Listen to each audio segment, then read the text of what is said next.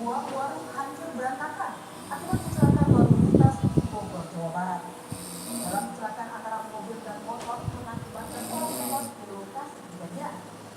Kejadian ini bermula saat sebuah mobil disalip oleh dua orang pengendara motor berjalan di jalan raya dikendarai oleh seorang anggota Polres Bogor, IPL. Motor terseret sejauh 100 meter dan berhenti setelah mobil menabrak warung. Akibatnya pengemudi motor Dodi Yulianto tewas dan